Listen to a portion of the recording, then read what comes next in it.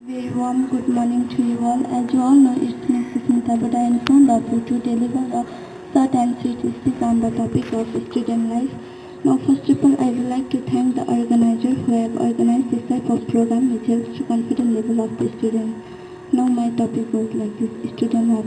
A student should work hard like a bee, work from flower to collect the juice.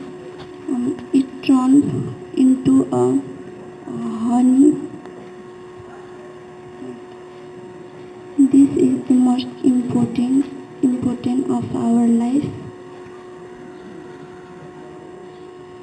If we do not success in our life, we cannot do anything. We have to read hardly to success and fulfill our life. But nowadays, students will not take education for their successful life. Thank you and have a good day.